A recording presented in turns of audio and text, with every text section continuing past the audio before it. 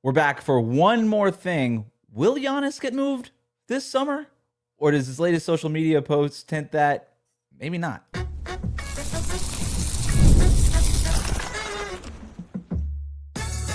You are Locked On Heat, your daily Miami Heat podcast, part of the Locked On Podcast Network, your team every day. All right, welcome back to Locked On Heat, your daily podcast on the Miami Heat, part of the Locked On Podcast Network, now the #1 sports podcast network. Whether you're tuning in on YouTube or your favorite podcast app, thanks for making us your first listen every day. Join the Cookie Gang and become an everydayer. That means subscribing, tuning in every day, Monday through Friday, and signing up for the Everydayer Club with the link in the show notes. I'm Wes Goldberg, host of Locked On NBA Daily on Real Jam Radio. I'm here with David Ramil. Both of us are credentialed Heat media members who cover this team every day. We just got done recording our post-trade deadline reaction episode, David. We talked about the Heat doing absolutely nothing, the only team in the East to not make a trade. We talked about what that means for the Heat and this front office. We talked about why the Heat didn't trade for Giannis or Ja Morant. So make sure that you go ahead and listen to that episode if you haven't already. It's up on YouTube and in your podcast feeds. But we have one more thing to get to here, David, and that's the summer of Giannis. Because Giannis doesn't get traded, not to the Miami Heat, not anywhere. And two things happened that really bugged me right away. First, the Milwaukee Bucks social media team tweets this thing about how trying to dunk on Shams Charania for his reporting on all of this, saying that the ESPN is thinking about trading Shams or something like that. And they think that this is like the greatest dunk ever, you know? And I was like, okay, whatever. Like, that's kind of petty for a team social media account and acting. Lame. It's so lame. Corny as hell. And I'm not here trying to defend Shams or anybody. That they don't need me to do that. But let's also not pretend that Shams was the only one reporting on this. Like, every NBA insider was talking about this and Giannis publicly was talking about this. So can we not with this? Like, what really bugs me is the whole fake news kind of underlining of it, which is very problematic and for a million different reasons that we don't necessarily have to get into on this show. But don't claim fake news, Milwaukee. But here's the second thing, and this is what really bothered me, was Giannis. Giannis, right after minutes after the trade deadline, tweeting the Wolf of Wall Street, the video of the speech from Leonardo DiCaprio and the Wolf of Wall Street, "I'm not going anywhere." And then what's the caption? Legends don't chase. They attract. They attract. Oh my God. Yeah, what are we like? He's perfect. Maybe he's running their social media account, because I think from one cornball to another, the whole thing was so damn cringy and weird, and it's like childish, immature, and stupid. It's really, really, really dumb. I have never seen anything like this. Like, he's the one going back and forth because he can't make up his goddamn mind about whether he wants to play or win or lose, or he doesn't know what he wants, and he's willing to entertain all these options like some sicko who just doesn't know whether he wants to like date this girl or marry her or break up with her or see somebody else. But boy, is he keeping his options open. Like, he's such a child. He's a man child stuck in this 7-foot stupid body that keeps breaking down on him. I hope he never wins another championship. I hope he rots in hell or whatever. He's already there in Milwaukee, I guess. Like, I am so sick of it. If he comes right now begging for the Miami Heat to trade, I don't know, spare change and Terry Rozier, I would tell him no. I would tell him no. Not that I have that kind of power. I don't want him wearing a Heat jersey. I wouldn't want him anywhere here in South Florida. He is so stupid for this whole process to just go out and do this. Like, honestly, I know this is not the right response here, but I've never seen a player do something like this in my whole life and then like pretend none of it happened, in combination with that Bucks tweet like, "Oh, Shams, oh, we're insulting Shams for reporting what was clearly happening and that everybody knew what was happening." It's like, okay, nice win there, social media team. Like, of all the things, look, I've already got my history with Bucks fans from a few years ago. I don't care. You're still living in Milwaukee. What do I care? The whole point is, I know you like Milwaukee, so I know there's probably something great about Cream City, right? I mean, I don't know. But either way, I just the whole Bucks situation. They've got their championship. They've got Giannis. As far as I'm concerned, they can keep him. They can keep his ass there forever. I don't want him anywhere else. I want him to rot in Milwaukee for as long as he has left in his career. What drives me crazy about this is the audacity. The audacity to tweet, "I'm not bleeping leaving." After you were the one talking about leaving. Nobody else was talking. The only reason we were talking about you leaving is because you brought it up, dude. You were the one talking about it. Yeah. In multiple public interviews, one-on-one Q&As, how many times did you talk about it? How many times did you leave it open? No, you never. I'll never demand a trade from Milwaukee, but I'll probably go. Like how many times? And then afterwards, you're going to take a victory lap on this thing? This is like the Joker in The Dark Knight. You know how he like blows up the hospital and walks away? Yeah. It'd be like the Joker blowing up the hospital, walking away, turning around a day later, going back to the hospital and like making a bed and just being like, see, nothing bad happened here. It's like, you blew up the hospital, Giannis. You blew up the hospital, and the only reason we're reacting to it is because you blew up the freaking hospital, and now you're going to take a victory lap on it and say, it's all fake news.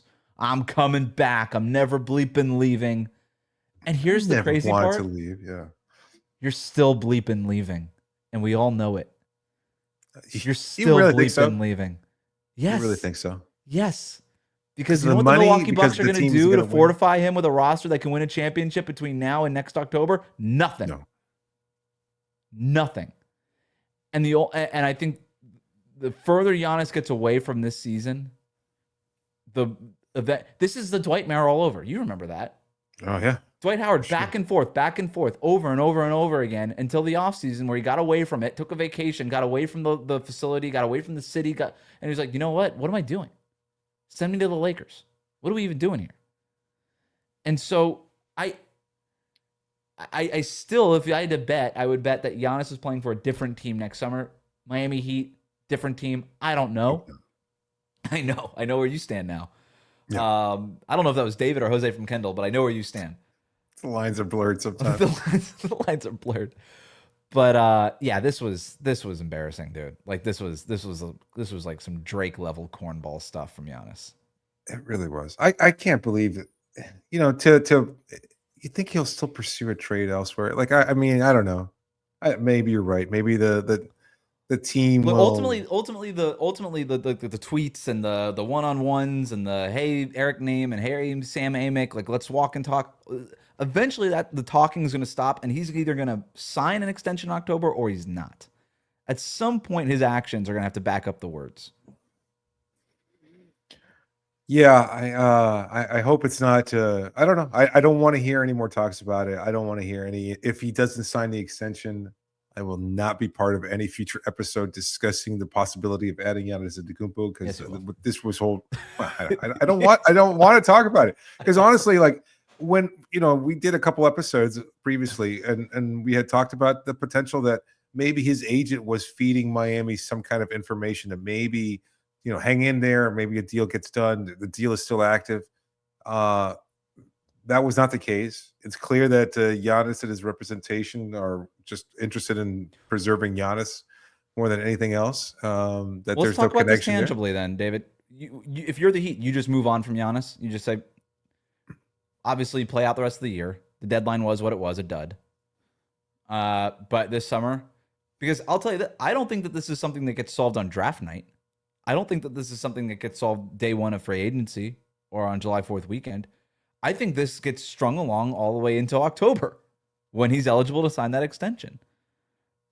We could talk about the summer of Giannis, but I don't think it's the beginning of the summer that this decision is made. I think it's an end of the summer type thing. And the only reason I say that is because everything has been strung along as much as possible so far. So why wouldn't it also be strung along as much as possible this summer? So if that's the case, David, you're saying if you're the Heat, don't even wait. Just move on. It's not even worth it. Yeah, I don't think so. Like I mean, they're just players that I feel like just don't fit into what Miami's doing. Like if he wanted to come here, he would have forced something a little bit more. He would have tried it to push that a little bit, and that it didn't work out that way. James Harden a few years ago, I never thought he was going to be a good fit for Miami. We've seen how the rest of his career has played out. I know he didn't request a trade from the Clippers or anything like that, but still, Yeah, I just, well, he says he didn't. Oh, Yeah, they're just, I don't, if you want to be here, then find a way to get here. And this was the best opportunity you had. Like, this was your best chance of coming to play for Miami if you really wanted to play for the Heat. And the fact that he's not a member of the Heat organization today tells me that he was never interested in playing for Miami, and he'll never be interested in playing for Miami. And I don't know how he's going to force anybody's hand in the future. But I just think if you're Miami, you just find the next player, whoever that might be, or you just honestly, for the first time in a long time, I think the most realistic approach here is blowing it up, because you're just going to be continuing to be a fairly middling team for a long time until you make something drastic happen. And this is an organization that loves breaking down players and loves finding peace and stability by initiating chaos. Well, they've done the exact opposite, at least from a roster building aspect. They've been very about maintaining the status quo and not making moves and keeping things the same. Well, you know what? You've got to be able to do something a little bit drastic. I don't know if that includes trading Bam. I guess clearly that's not the case. But almost anything short of Bam should be on the table. And I think you do whatever you can to just lean into the idea of rebuilding, whether it's you or Memphis or whoever owns the next 20 picks for the next, I don't know how many years. Like, do something, because you're not going to find a superstar. You can't. It's not going to work out the way that you want it to. I don't know who the next superstar is. It's not going to be Giannis. I don't think it is. I don't know who the next superstar is. And I think this waiting game, as we just talked about in the previous episode, you've been playing it too passively for too long. You can't continue to wait for a superstar to fall in your lap. You've got to be able to get one on your own. And the best way of doing that is by drafting one. And I don't know if that player is in the upcoming draft or not. I don't know if you're going to find that superstar, but that's as good a chance as any. Because right now you've swung and missed on at least 4. If you want to count Durant 3 times, you could count that too. But I mean, Durant, Donovan Mitchell, Dame Lillard, Giannis Antetokounmpo, you swung and you've missed. So it's time to move on and try to find a superstar through other means, because you're not going to get him by a trade. I, for one, am shocked to hear this from you, David. I will remind you, though, maybe it's not the summer of Giannis for Miami, because now the Knicks are in play. The Lakers are reportedly in play. Good. Get them. But you know who else is extension eligible this summer?